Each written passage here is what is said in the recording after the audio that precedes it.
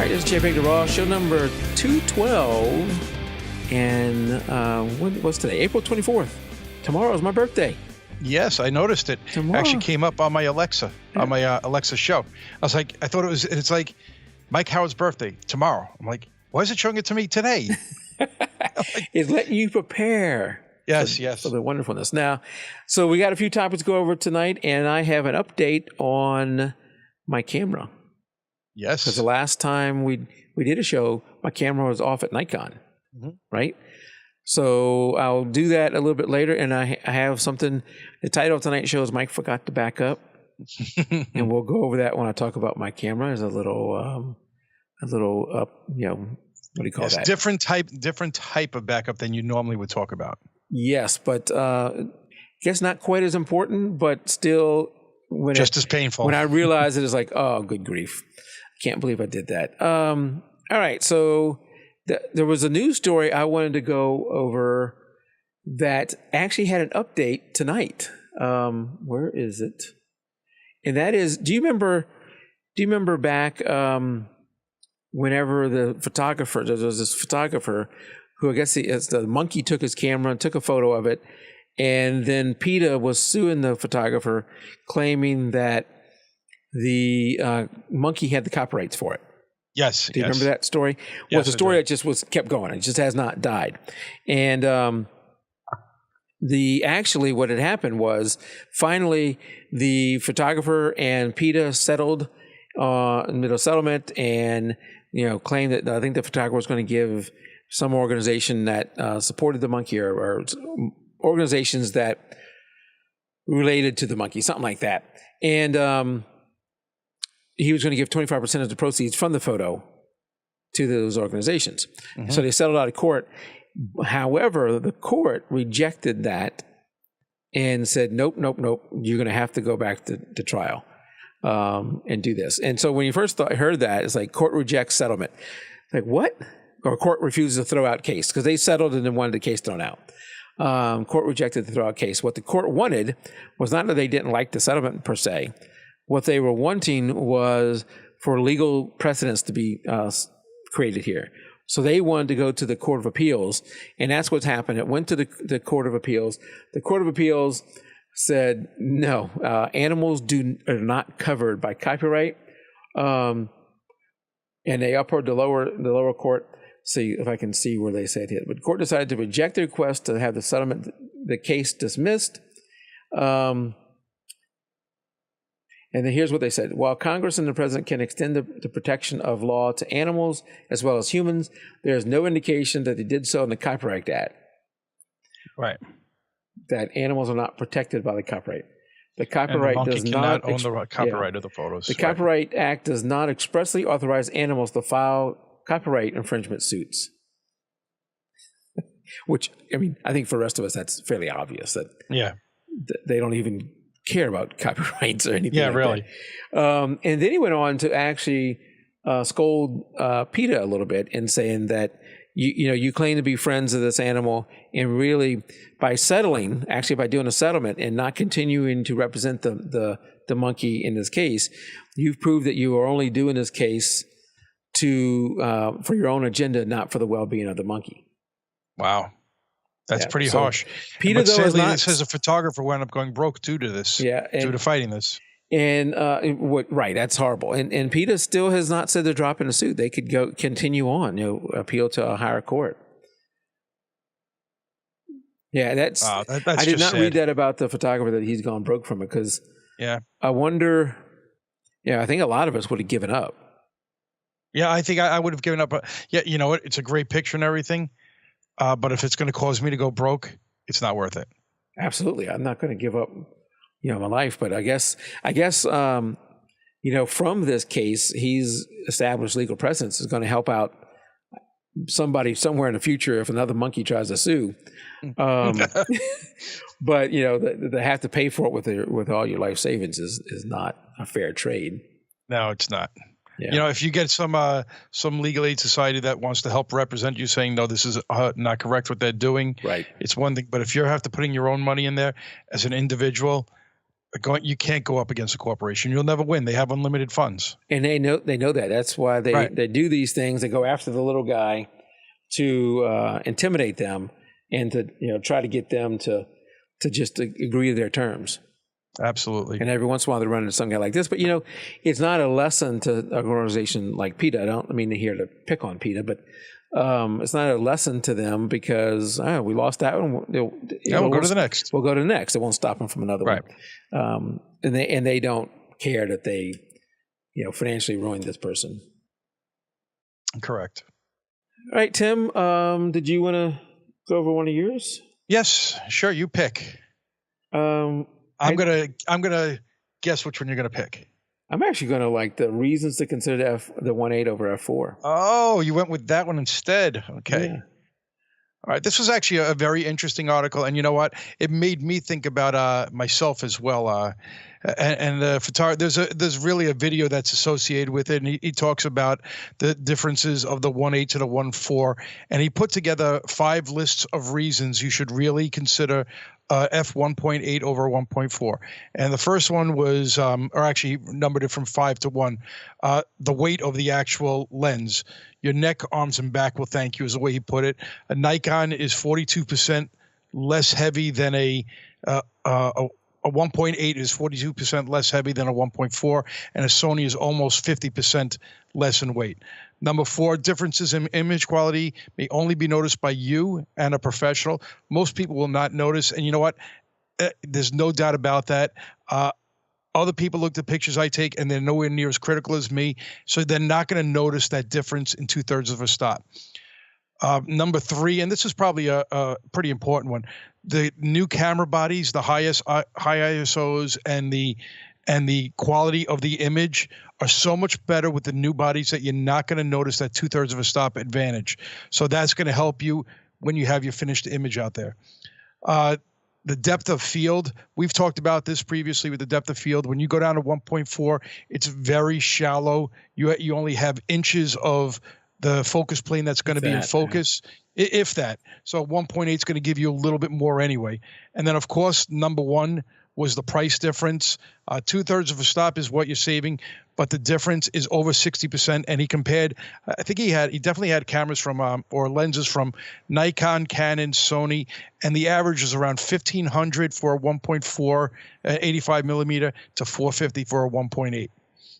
And so he talked about it, and he said, what you're getting is so much more, but for the cost, are you really getting that? And then with all those other elements. Now, he said there are obviously some downsides. They're not built nearly as well, usually cheaper quality plastic. The motors aren't as quick, and they aren't quite as quiet as an f1.4. That is really like the top of the line lens. Mm-hmm. So that is the big differences. But really, if you don't have unlimited funds, you might want to consider yourself getting a 1.8 for the same type of lens. Yeah, I think for me it always came down to the money, because and I think it depends on your use case. Like I have the 51.8, which is cheap. So do I. I have the 85. Right, and you compare those two, it's easily 3-4 times the price. Yeah, I have the 85 1.8, which I think was it was under $400, versus the 1.4 version of that. The Nikon f1.8 was under $400. The Nikon 1.4 I think is $900, or maybe even in the $900 to $1,000 range. I think they showed us $1,400. I mean, a new one now is probably $1,400. So even more. My use case, I'm sure the 1.4 is beautiful. I've seen the images from it. It's absolutely beautiful. You're right that only people probably listening to this show, and the people are going to notice that. My wife would never notice, and most of the people that I would be showing it to don't notice. And for me, when I use it sometimes when I'm shooting basketball, the 1.8 is plenty. I don't want to go any shallower than that, because any more wide open, because it would be too shallow depth of field. Sometimes the 1.8 is a little bit too much. But for me, I guess if money wasn't a factor, I probably would go ahead and get that 1.4, because you'd have the 1.4. Right. You'd have the 1.4 when you needed it, and you could always stop it down to 1.8 if you wanted to. But for me, it is the money, because that's a huge price difference. And I think I have the only 1.4 lens I have, I think, is probably my 85.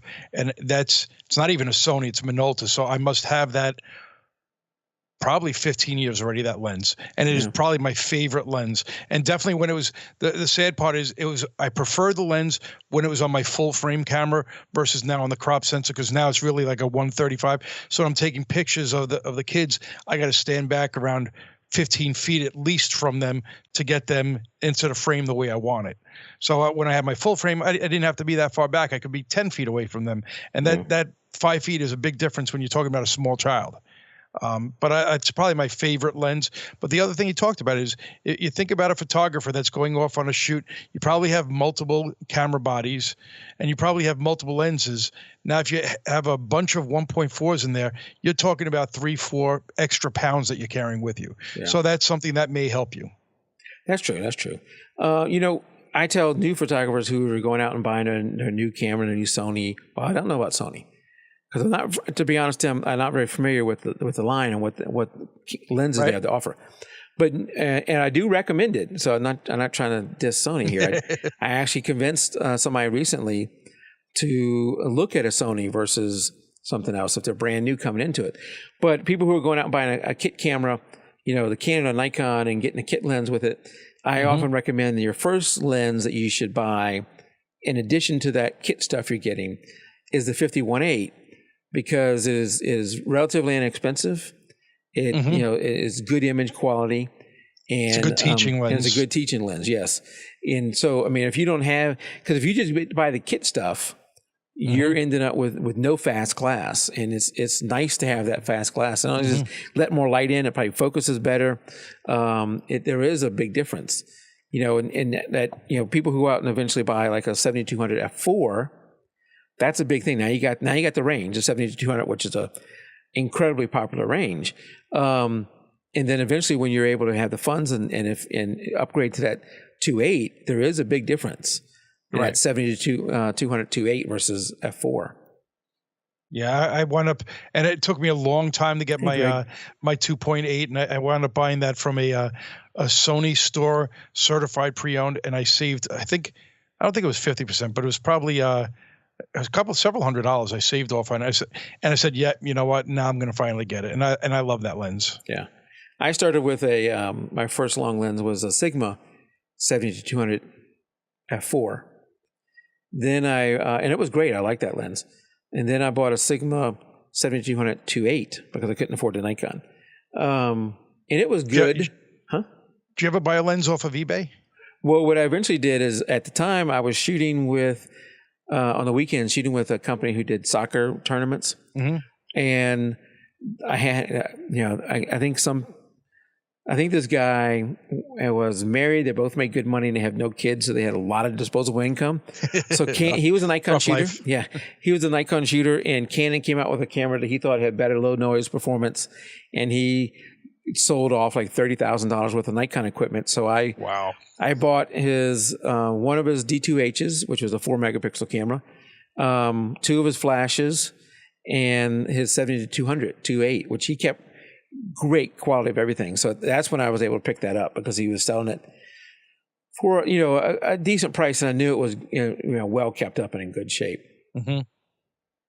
But, yeah, I bought I actually bought a Sony 100-400, but I think it was a f4 to 5.6. It definitely wasn't a it wasn't a 2.8. I know that, but I know I was nervous when I bought it. How is it going to be when I get it? And they had pictures of it. They had pictures taken of it, and it wound up being a wonderful lens. Absolutely loved it. My cousin's using it right now. I haven't seen it in a couple of years, especially since I got the 7200. That really turned out to be my my primary lens. Yeah. But is it a 100? I think it was a 100-400. That was a heavy lens, though. Yeah. That was actually heavier than my 7200. Wow. All right, Tim. So let's do another one of yours before we head into the last one. Okay. So I'll pick the first one. Okay. So then let's go over to two other good ones there. Jedi Mind tricks. Oh, you want to do Jedi? All I right. thought this was a very interesting. I I thought didn't it read was an this interesting article. article because I like Star Wars. Yep. That's what got me hooked on it. So he talks about what you're going to do when you're doing portrait photography and how to get the scene set up straight. And the first one he talked about was the infamous cookie trick. Now I've never even heard of this before, and he said he heard a fashion photographer, Stephen Eastwood, mentioned this trick a long time ago. And he said, well, what is it? You turn to your subject and say, close your eyes and imagine you just walked into your kitchen and you smell chocolate chip cookies baking in the oven. Huh. And what will that do to you? Instantly, unless somebody doesn't like chocolate chip cookies, and I don't know too many people that don't, instantly it will make them smile. You did in this case, yeah. Yeah, so it's and I was like, wow, I can see myself using that on my kids. Yeah. I can really see using that, and it's a great example of taking somebody off so that they're little off put, not thinking about themselves. The second one he talked about was say we as you become a team. You don't want you. It's not about you. It's not about them. It's about we. We are going to kick ass on the shoot. Let's start taking a simple headshot and then we'll move on to. So it gets them feeling they're part of a team and they're trying to make the pictures better for everybody else. The third one, never comment on someone's looks. And you know what? I actually really agree with that. Positive or negative? Positive and negative. You said you can compliment the person's style, sense of humor, or talent, but not the looks. Sometimes some people say it can be, depending on who it is, you might look like you're being creepy. But the bigger issue he talks about is even the best looking people are very self-conscious about their looks. They worry about their hair, their skin tone, their body shape. They have something to worry about. And then the other side is a lot of these beautiful people always hear it anyway, so they don't need to hear it from you. So you're commenting on other things, not about their looks. Okay. Number 4, the water bottle trick. You want to kick off the shoot on a high note. Hand your subject a bottle of water. Say, "I have some snacks for you. If you get hungry, you have something else." You're handing them something, and the way he talks about it, the psychological event of it is they feel, well, he gave me something. I need to give them something back. So they psychologically doesn't the take better Krishners, pictures. who are the people that give you the flowers in the airport? I know who you're talking about, but I can't think of it. Remember, I don't have went to an airport in a long time. Yeah, I think that's not the Jehovah's Witness, not the Jehovah's Witness. Hare Krishnas or something like that. Hare Krishnas, yeah, I guess. Somebody in chat will correct me, but I think that is their thing. Is that they give you this flower so that you feel some commitment to give them something back. Right. Yeah. All right. Number 5 was put on stand-up comedy. And I actually thought this was creative. Don't tell people to smile.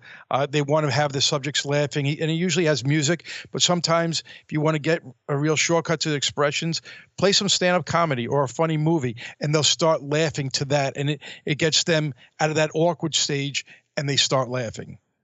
Number 6, the toilet bowl cleaner commercial trick. This one was kind of odd to me. The example was pretend you're in a toilet bowl cleaning commercial and you're shocked at how clean your toilet bowl commercial or your toilet bowl is. It's like, I don't know how one.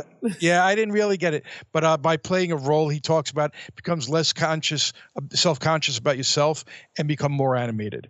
And I guess somebody that is an actor, maybe that will happen versus maybe your kids. I told my kids, imagine you're cleaning the toilet. To say, what are you talking about? I don't clean the toilet. Moonies. Somebody said it's Moonies at airports. Moonies? Okay. Well, like I said, I haven't been to an airport in a while and haven't seen them up here in New York airports. Jan says Moonies. Okay. Number 7. And of course, number 7, don't smile method for getting great smiles. The high risk move is where you tell them don't smile. You're not allowed to smile. No matter what, do not smile in this. I need you not to smile. And sooner or later, they get that little curls on the side of the mouth. And then you tell them, don't do it, don't smile. And it even gets them to smile more. Yeah. I used to use that one on my kids. Yeah, absolutely. I think that's the kid. That's more of the kid trick. Yeah, it definitely works on the kids. Now, don't you smile. And then now the article definitely had some Star Wars references in it. I didn't talk about those, but I thought these are some great ideas. There's some great ideas for getting portraits to talk or to get the smile. So I mean, I like the one with the bringing a water bottle, especially somebody. Let's say you hired or something. They're not expecting anything from you, so now you bring them something, and you're right. They're gonna feel like they owe you something at that point. Yeah, it's kind of that bag of tricks. Who was the photographer who wrote this? Michael Comue? Yeah, I'm not going to pronounce it. Yeah, I don't know if these were all I'll his. let you destroy it. I don't know if that was all his or he got something else. Got it from somewhere Yeah, else. Yeah, you very never good. know. I mean, like the one with the cookie he got from somebody else and he Right. added to it. Yep. All right, very good. Okay, so here's a story that's I'm sure everybody listening has already heard, but I wanted to talk about it, and I know you are a member of this site, so I want to get your opinion on it. And that is the news that we heard recently, and you might have got the email too. I got the email Absolutely. last Sunday night when I was talking to AD. I hadn't got it yet, but I've got it now. That Flickr has been bought by Smugmug. Smugmug. So Flickr was Yahoo's. Then Yahoo was bought by Verizon, and Verizon is. I think they've been spinning off some of the parts of. Right, they're selling Yahoo. off for profits. Right. Sell off the parts for more money. And Flickr was probably the most profitable. I don't know about most profitable, but it was the best segment. It's one of their biggest assets, I would think. Yes. But what have they done to it? I think nothing. They've not really developed it well, and I don't know the Smugmug is going to. This may be. I'm not. On the one hand, you think that. What does Verizon care about this site? So if it stays there, they may just eventually just kill it. So if they don't find a buyer, right, they may kill it. Some other buyer may not do much with it either. We don't want a Facebook owning it, do we? So I don't know who would have been a better buyer, but it's going to be interesting to see whether Smugmug does anything really with it, and if the management team's focus is now on Flickr, do they start to fall down on Smugmug? And you know what, Smugmug, I had read another article about this. They're a private company, so they can do what they want with everything. Now, I didn't read any article how much they actually paid for. I didn't see anything either. Yeah. So I don't know. I think the jury's still out as to is this going to be good or not. There's still a lot of people that use Flickr. I haven't uploaded something to Flickr in quite a while. Now, do you didn't you say you upload raw files to it? Can you upload raw files? At the time, I think you could. Yes, you don't absolutely. Think you can anymore? Because I know, I think because I have a pro account, so you're able to upload the raw files to it, and that was better than Google, I think, because Google was. Even though I don't think my pictures really mattered, I don't think they were the size. You had a size limitation from Google, but it wasn't that.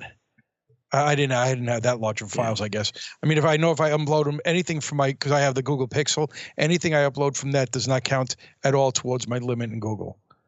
So actually, Yahoo bought it, acquired them. I guess Flickr was a startup on their own for $25 million. Yes, back that I knew. Yeah, for $25 million back in 2005. I wouldn't be surprised if Smugmug bought them for less than that. Yeah, what, 25 million? You think? 25 million would be I gotta think that's worth it. Considering Verizon bought that's true. Yahoo for 4.9 billion. They're not selling this for 25 million. Well, maybe maybe Yahoo made a profit on that then. So you're right. They might have done that. But I know some photographers are upset because if you're a Smugmug paying member, you just in the last year got a big increase in your bill. Mm-hmm. You got the note that's saying that we haven't increased rates in 5 years or whatever it was, and we're going to we're now going to raise you this much. And what they're trying to say is, if we'd have raised it a little bit every year, would have been where you're at already. So we're just doing it all at once. Whatever you want to say, it's still painful for the user because when you didn't raise it for that year, you didn't raise it. That's the price. Right. So, the fact that you wait 5 years later and hit me all at once, that doesn't sit well with your users. And then to turn around and within a year buy, Flickr for, who knows what amount of money. You're right. It probably is more than $25 million. It sounds like, I see what you did. You raised my fee so you can go buy some other thing. Right. And as a Smugmug user, how is this going to benefit me? That's not clear yet. I don't know. As a Flickr user, you may be able to say, this may save my brand. That if this didn't happen, that may go away. But as a Smugmug user, I'm still wondering, what am I going to get from this? Now, I was going to go to Smugmug right before they had introduced those costs. And I said, yeah, no, I didn't need it. So I don't have a Smugmug account. You had one. Do you still have one? I still have one. And to be honest, it's something I consider killing, because at the time I had it when I was selling some images and doing that kind of stuff. I still do use it, but I need to review that again. I want to see, because, I at my job, I work at the executive level, and I know that, some of the companies I think their best runs are the one where the management team is focused on their brand, and that's what they do, rather than focused on going out and buying all these other brands and looking for short-term value.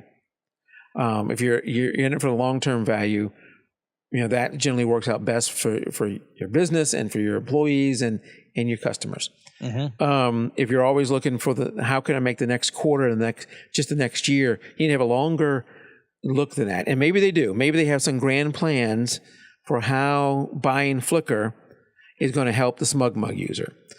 Because again, I'm coming from the Smugmug user. I think I do have a Flickr account, but I don't pay for it. I'm coming from a Smugmug user, and as a pure Smugmug user, what happens to Flickr really doesn't affect me.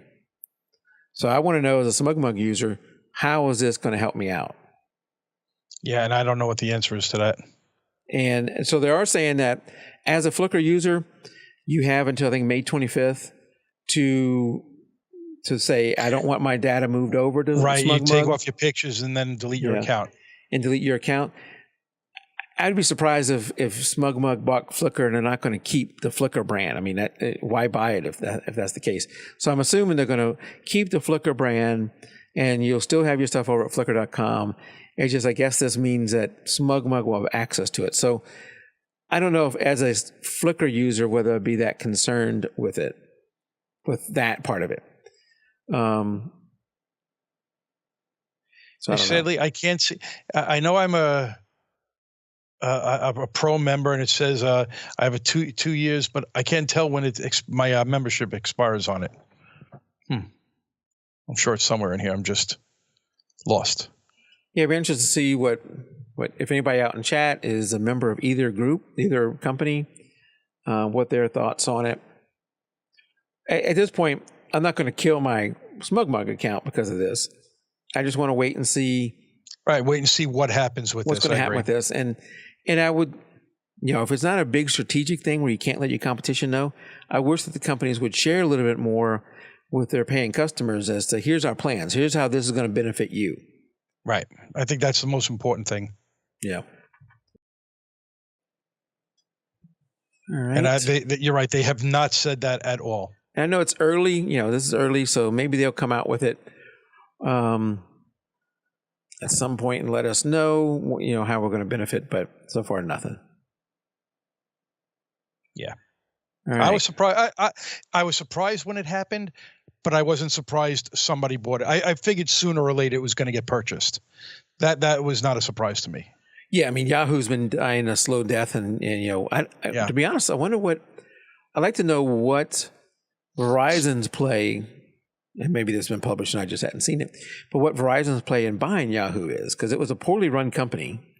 And you paid $5 billion. You paid all this money for it. So unless you picked up a billion for Flickr, yeah, and even that's probably not enough. And then you got to question yourself: why would Smugmug spend $1 billion? Exactly. And do they even have $1 billion since they're a privately held company? Well, banks will loan you money. Yeah, but you do have to pay them back. Yes, you do. That is a sticking point. Banks will loan you money, but you got to pay them back. We'll see. We'll keep watching this. I'm not going to kill my free Flickr account, and I'm not going to close my Smugmug account over this. But at this point, I'm going to keep my pro account, and I liked it. And I looked. I have a 1 terabyte of storage that I'm allowed to use, and I'm nowhere near that. So yeah. I'm not excited about this at all. So we'll see. Okay, Tim. Oh, here Here it is. It will expire on August 7, 2018. Well, I guess I'll find out what happens. Your account will expire then? Yeah. Well, my pro account, it will be automatically renewed for $44.95. So I'm going to plan on keeping it because I like what I've had, and I just need to learn how to utilize it better. I think that's one thing I don't do. I didn't realize this. I get a 15% discount on the Creative Cloud, including Lightroom and Photoshop. Hey, there you go. That's interesting. I'm going to have to look into that. All right, so let's head into the next segment, which is my camera. My Nikon D500 is back. Yes. I got it back last week. So what did they do to it? Because, my feeling always is I'm doing something wrong. So I tried everything I could to get this thing to focus properly. I tried putting it on a tripod. First, I tried higher shutter speeds, then on a monopod, then on a tripod. Nothing I could do to get this thing focused properly. So in the end, I'm worried, oh, crap, is this going to be a lens or a camera or both? Whatever. So I got to start somewhere. So I finally sent the camera off, and it took about a round trip from shipping to fixing to shipping, receiving back. To receiving back. It took about 2 weeks. Was it that long? It didn't feel like that long when I saw that you got it back. Yeah, it was about 2 weeks. I think it may be a day short of 2 weeks. Now, the funny thing is that I filled out it online. I went on Nikon.com, filled out the stuff online. They gave you an estimate of what they thought the repair was going to be. And then I worried you by saying, what if it's something more? Right. I gave them my credit card and that kind of stuff. And then once they received it, they sent me something saying that they received it, and there was this thing for me to fill out, or to go online to fill this thing out to approve the repair. So I go online. There's nowhere to approve a repair. It just says in shop. And so I waited several days, and I'm thinking, oh crap, are they waiting for me to tell them, yes, I'm good, because I had a pending charge on my credit card just sitting there pending. So after a few days, I thought, they're not charging the card because they're waiting for me to approve this, but I can't figure out anywhere to approve it. So I called them, and they said, no, it's all good. You approved it online, and unless it becomes different, this will be done. Right. I never heard another word from them ever until I got my camera actually in the house, where I finally heard. So you didn't even get notification of the shipping? No. Hold on. I got a notification from UPS saying, oh, yeah, okay. Hey, we're sending something to your house. You have an account. I have an account. So, hey, we're sending something to your house, and we think it'll be here this day. And I go, oh, cool. So I expected that Nikon would send me a thing. Here's what we did. Camera's repaired. We're sending it off. Not a word. Nothing from them. So once I received the camera, inside there was a little sheet of paper with this one here that told me what they did. So they replaced the bayonet mount. They adjusted the autofocus operation, adjusted the mirror angle, the mirror angle, check communication. I'm not sure what that was. Cleaned the CCD, it was fine. It wasn't that bad. Upgraded the firmware, which, okay, that's fine. General check and clean. It was really clean. There was not much for them to do there. But the firmware I could have done myself, so that's fine. The first three, of course, first four, I couldn't have done. So they did all that, and I think it's, I went out and tested it and did all that stuff, my focus testing, and it definitely is improved. It's definitely much better. Well, that's a good thing. I still had to go and do the fine-tune adjustments on I did it on two lenses so far, the 70 to 200 and the 120 to 300. Now, my Sigma 120 to 300 will not use the built-in autofocus fine-tune. It's an older lens. It's an older version of that lens. And when you use the Nikon autofocus fine-tune, you got to use the LCD on the back. You got to do it through that way. And it doesn't do that. It won't focus that way. So I use the dot tune method for it, which I think I've talked about in the past. The dot tune, if you look through your lens, if you look through your camera, let me see if I can find an example of that. If you look through especially on Nikon, if you look through the lens, you're going to see, hold on, I'm going to find it here in a second. A little dot telling you whether it's in focus or not. I better have gone past it. Yeah. Are you showing it? Because all I see is the two of us. Okay. No. I will. Let me pull it up so y'all can see what I'm trying to find, and then it won't be just me talking. This is the top. It's a YouTube guy who's doing it. All right, we'll just look at these dots here. On a Nikon, whenever you're looking through the lens, I think Canon does this too, maybe Sony does, there's a little dot, and when you're looking through the viewfinder, that tells you whether it's in focus or not. And on a Nikon, there are also these arrows that show you, you need to go, focus this way, you need to focus that way. It's out of focus one direction or not. Right. So what the dot tune method is, basically, with this lens, what I had to do was turn on the LCD, the live view. I zoomed in to the thing, and then I manually focused the lens to where, using the back thing, it was in focus. Okay. Then what I did was I had the lens on manual focus on the lens itself. Then I go to the regular viewfinder and hit the focus button, or hit the shutter button. And if the shutter button tells you that it's in focus, all right, there you go. So you go into the, let me show you something else. Just real quick. Well, I don't want to spend a lot of time on this because I want to show you something else. But not that. This is going to be the new thing here, Tim. I'm going to show you in just a second. You haven't seen this before, have you? No. So I'm going to go in. I was going to ask you because we talked about it. So it actually works. Look at that. Yeah. So what you're seeing is the back of my camera, and then the camera itself. So you won't be able to see much of me holding the camera here. So that's why I'm showing you over here. So we're going to go to. Oh crap! Now where is it? No, it's in setup.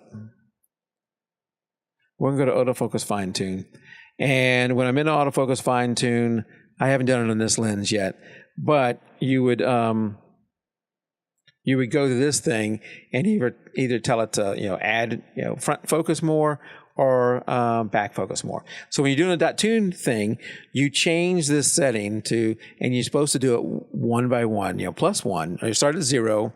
Right. Is it in focus? Or does that dot come up? And the dot needs to come up and immediately come up and stay green, or whatever color your camera does. If it moves in either direction, then or blinks or does anything like that, then that's not in the range. So I wrote down +20 down to -20. Instead of doing it one by one, what I would do is I'm going to go all the way up to +5 right away.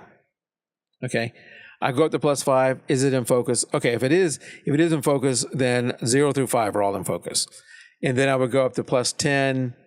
If +10's in focus, all right, that's in focus. So once I got the end of it, so let's say 11 was not.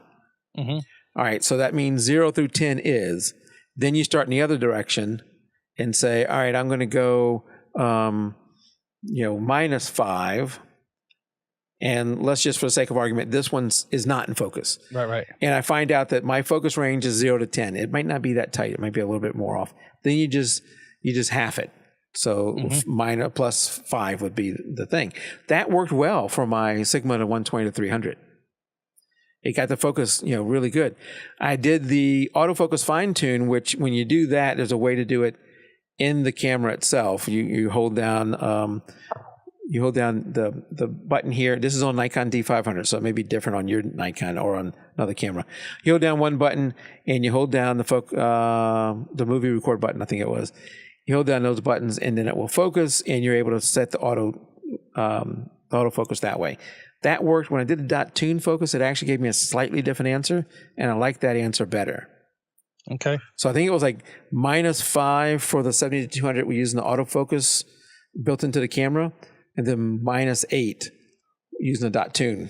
Whoops. Using dot tune. No signal. I feel like I'm watching old TV. And that seemed to work better for me, so I stuck with that. And what I did afterwards is I started testing it. There was a little chipmunk in the backyard. I was taking photos of it, and when the one with the rating, the setting that came with the autofocus fine tune on the camera, I felt like it was front focusing just a tad. So with that one setting, it changed it. So what did Mike forget to back up? I forgot to back up the settings on the camera. When you send this off to be serviced, it wipes out. They wiped it out. All those things I had changed and did let's get this where you can see it. Every button on here, back here, even this one, some of the others, and all kind of different settings. I had, if we go up to the custom menu banks, I had set up, I think all 4 of these I had set up with all their different settings, all that stuff done, and I lost it all. I didn't back it up. So it is super easy to back up. All you got to do and this again on Nikon, but I don't know, does your Sony have the capability to do that? Okay. All you got to do in this Nikon is go down to setup. Then we're going to cursor down, keep going down until we get to, where is it? Save and load settings. Okay. What just happened on this other computer? Now is that saving it? That's saving it to the card then, right? It is. So I'm gonna do it. I'm gonna hit that. I'm gonna save settings, and boom! It's so fast because it's not saving that much data. Right. I just saved it to the card. Kilobytes worth of data. Yeah. One thing I would say is that I format my cards, so I'm going to lose that. I may end up buying a small card, writing it to that, and then just setting it aside, not using it anymore. So to have that. Yeah, and Amber asked if it would go away when I format the card. I'm pretty sure it will because I think it wipes everything out. So yeah, I would think so. If you're going to, let's say if you're going to send it off a service, then you're probably not going to be using the cards unless you have another camera that uses those cards. So you may be okay there. But if you're saving it like I'm going to save it, just so that I have it in case, because I could do something to mess it up and need to redo that, then you probably need to have it on a card you're not going to write on. Right. But that is so easy. So if you wanted to load the settings and you just go down to load settings and load them, it's a very small file that it writes it to. Yep. So little bitty step that I could have done to save me. Sometimes the benefit is I'm having to go back through and re-figure out and re-look at everything. I feel like I'm learning my camera all over again to set this stuff up. And I think a couple of things that I didn't do the first time around that I'm going to do now is, if you're, let's see if I can get this a little bit closer. If you are a back button focuser like me, you change this to be your focus. Okay. Not the shutter button. Mm-hmm. Is this thing not autofocusing? Maybe it won't. Maybe it won't focus that close. On a Nikon. Will it focus with the cable attached? Is that what the issue is? Maybe. Well, we're not using this camera for the video you're seeing. Oh, okay. Yeah. Oh, that's right. That's right. Duh. On the Nikon, newer Nikons, there's also this little joystick thing here. Mm-hmm. And what that does, if you move it around like a joystick, it'll move your focus point. But there's also a push in where you can push. Wow, that's not what I want to do. You can also push it in. And when you do that, let's see if I can go to controls. And we're going to go to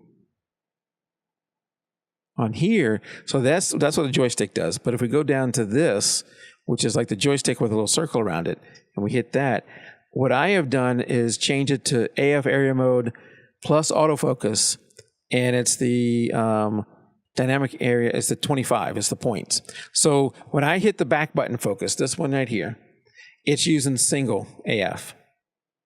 So it's using one focus point.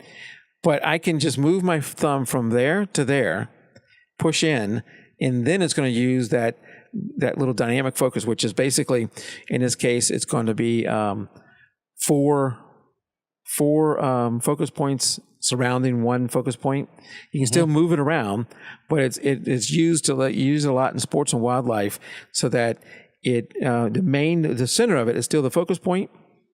But if it loses track with that one, it uses those others to help it keep focus. Okay. You could go to this one, but I think that's just too much. You start covering the whole screen with that thing, and that's too much for me. I like the 25 on this Nikon body better than the group autofocus. Definitely don't like the auto area, but I like that. And to be able to just go from one button to the next button and be able to do that is really awesome. So if you're thinking about setting it up, give it a try, and it's. What year is that camera? It's only a couple years old. Yeah, because your menu system looks so much nicer than mine. Oh, it isn't Nikon. I knew I was setting myself up. I knew it. Yeah. All right, so that's that. I do have.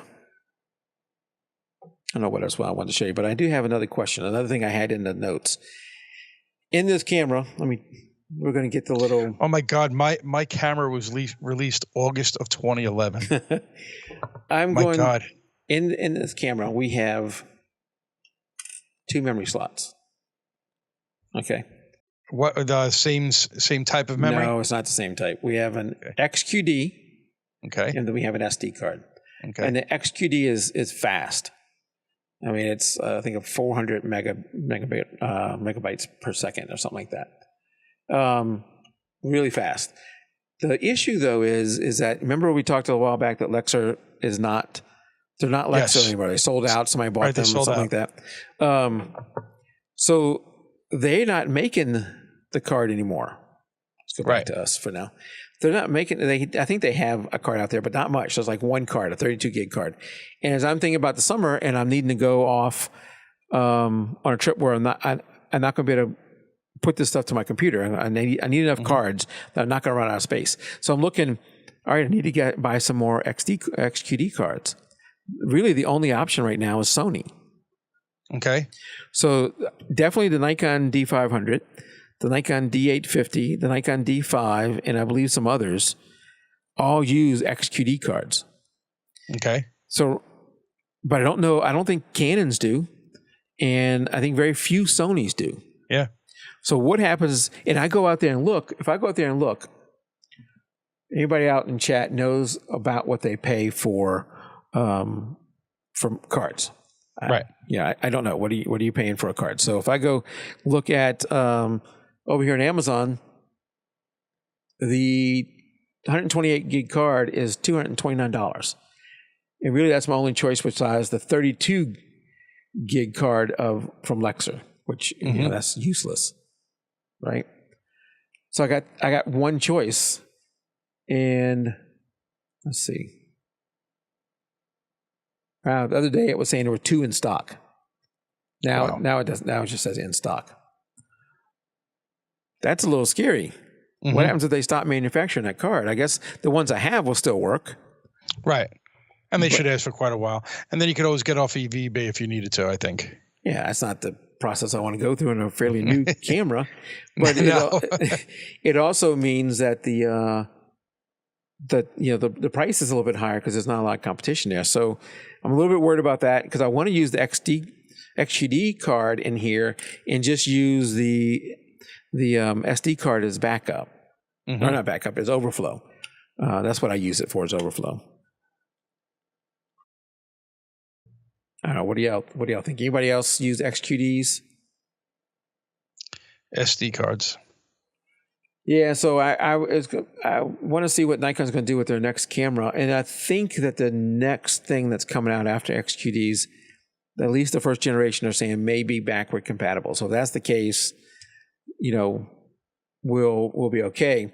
So I'm watching this on a regular basis, and if that price drops, I want to go and buy some of these. But I can't see paying that much money for a 128 gig card, and if you want the 256.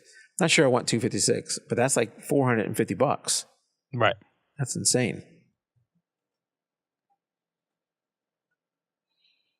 But I am happy to have camera back. I am taking it out tomorrow night to go shoot a softball game. So we'll see how it performs. You'll see how it goes. We'll see how it performs. So you haven't taken any real shots with it then yet? Just backyard shots. Right. Nothing. Yeah. Just backyard shots. And who delivered the package for you? UPS. Oh, okay. This was so I have security cameras. I can see when there's motions around the house. So I stayed home from work that day, waiting for the package to come because I didn't know. Right, you knew it was being delivered. I didn't know if they leave it on the door, and I had this fear if they left it on the door, somebody would steal it. If they weren't going to leave it at the door, would they just leave me a little note and now take it off to God knows where, and I'm gonna have to go track it down. So I said, I'm gonna stay home. And lunchtime comes, and no camera. And I'm thinking, at some point I need to go eat. And I was afraid if I went, because I was going to go out and get something. Because that's when it's going to be yeah, so I'm going to stay here until that camera comes. And every little noise, because I have little squirrels running in the front yard, and I hear that the camera tells me there's motion.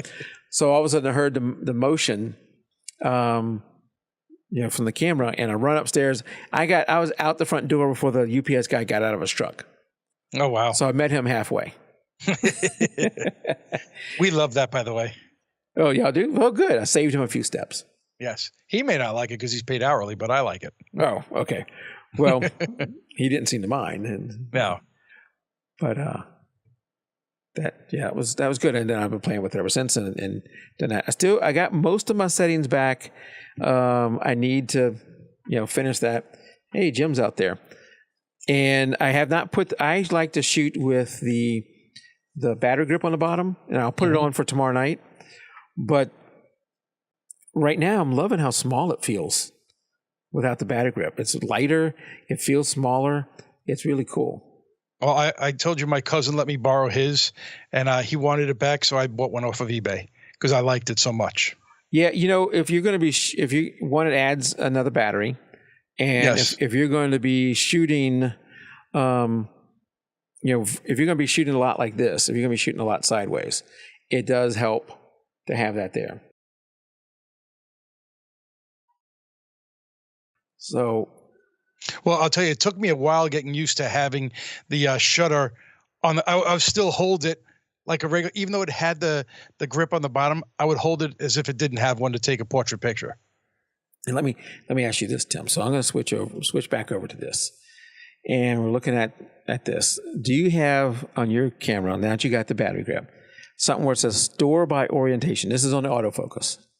So if I go to store by orientation, what I can do is focus point in area AF mode or AF area mode. What that's going to do is when you're shooting like this, let's say you're using the center focus and you're using single focus point, right? When you're shooting landscape. When you're shooting landscape. That does not happen for me at all. You're using the center one, the center point, and you're using single focus point. Then when you switch to portrait mode, and you'll say you have the battery grip on here, you're shooting like this.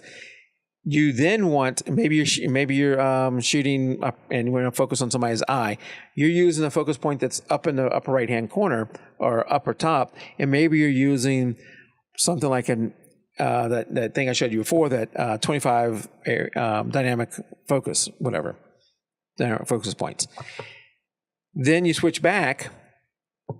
You're going to have to either move it, with your little pad here, move it back to go to back to where you were with that focus point. Every time you go this way, portrait, landscape, you have to continue to move your focus point back and forth and your focus mode back and forth, right? Mm-hmm. And if you're shooting, let's say, wildlife, you probably have to do this quite often. You have to move back and forth, back and forth. With this setting, with a focus point AF area mode on, it remembers the focus point and the focus mode in each orientation. And as you switch, it changes that mode and that focus point, which is incredibly powerful when you're, if you're moving back and forth a lot. So that is the focus point AF area mode. It should be on in any of the newer Nikon ones. Store by orientation. Store by orientation. Man, you got so many sub menus. That has got to be so painful to learn that's why, you know what? You hear it all the time, and people never listen to this. Never buy a camera when you're within 2 months of go on vacation to use it. You need to have it and practice using it. Yeah. Now, every one of these, you see a little asterisk by, like A1, A3, A7, A8. The little asterisk means I've changed something from the default. Okay. So that's one thing. So if I were to wipe this out, like when I pulled it up, none of them had. We got it from yeah, and you have a lot of settings in it, right? Yeah. So you have a lot of them here. So you even have it here. Although I don't change much there. That mainly is a one-time thing when you're redoing it. Right. Do you have the photo banks? Nope. So what? Huh. What is that? I don't even understand what that is. All right. So if anybody else, no Nikon's had this, so they've had these for a while, and maybe Canons do too. But what this is see, I have a sports and a landscape. You can name them anything you want, and I think you can even add more banks if you want. Those settings I just showed you, I can, if I'm in photo shooting menu bank A, all those things are one way. If I can go over and say, no, I'm in landscape, and now all those settings are set for that setting. Okay. So the main difference for me between sports and landscape is on sports, I use auto ISO. Okay. So I shoot in manual mode, and then I use the ISO within a certain range. You can tell it what range you want, but I let the ISO move. So let's say when I go shoot an indoor basketball game, I always want whatever aperture I want, generally close to wide open, if not wide open, because I need all the light I can get. And then I want this shutter speed, and then I let ISO move around to make the proper exposure. In landscapes, I don't want that. That makes sense. I want the ISO to be set. The ISO that you want. The lowest it's going to be. I want, because I'll put it on a tripod. If I need to shoot a long thing, I'm probably going to have it on a tripod anyway. So that is the main difference between these two settings for me. But you can basically all those settings I showed you before, I can have for this bank and then change them all for another bank. See, I guess I have it's called memory recall for memory 1, memory 2, memory 3, and it would have the settings that I have set up for each of those. I don't know if it works the same way. Yeah. As opposed to memory bank, it's called a memory recall. That may be the same thing. Anyway, that is that's that with the camera. I do have a featured photographer I want to talk about tonight, and we'll close with him. You know, as I'm in my workout clothes, as soon as we're done here, I'm going to hit the treadmill. So I like to queue up some videos to watch as I get on the treadmill, because that's such a boring thing to do. And I watch different photographers. I watch all kind of different stuff, but a lot of times I'm watching photographers, and I'm not necessarily looking for. So what I like may not be what you like. I'm not necessarily looking for a 1, 2, 3 instructional thing. Right. I'm looking for somebody who's going to have a little bit longer video, because I don't want to have to go through, 30 videos 1 minute long while I'm on the treadmill.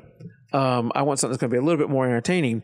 So I look for somebody who's going to give a little bit of story. And the photographer I want to bring up tonight, it may not be as well known to you guys. Maybe he is. And his niche is wildlife photography. His name is Mark Smith. He's down in Florida.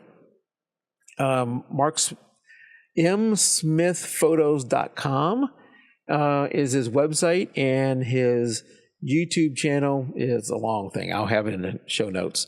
But just look for Mark Smith.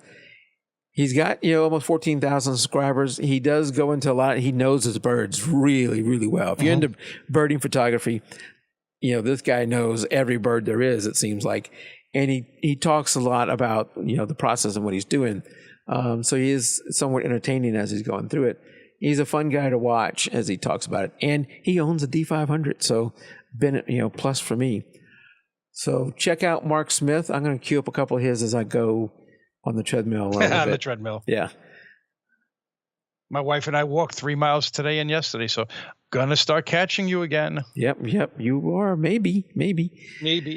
All right.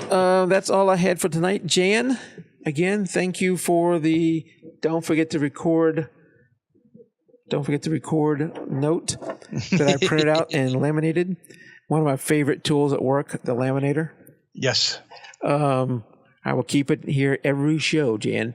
All right. So that's all I had for tonight. As we head into the post show, hang out for us for a little bit for post show, and until we won't be here next week. Correct. Because I will be in Atlanta, that by you. But you won't be there. Tim will be traveling to Atlanta at the same time I'm leaving Atlanta. But we'll be back shortly after that, maybe the following week. But so until next show, keep it raw. Good night, everybody. Good night, everybody.